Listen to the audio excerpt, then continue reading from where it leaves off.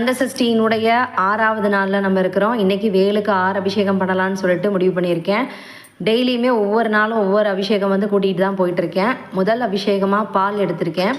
2வது அபிஷேகம் அப்படிங்கிறது மஞ்சள், 3வது சந்தனம், 4வது விபூதி, 5வது பச்சரிசி, 6வது வந்து பச்சரிசி மாவு, 5வது, 6வது வந்து பன்னீர் அபிஷேகம் வந்து பண்ணியிருக்கேன்.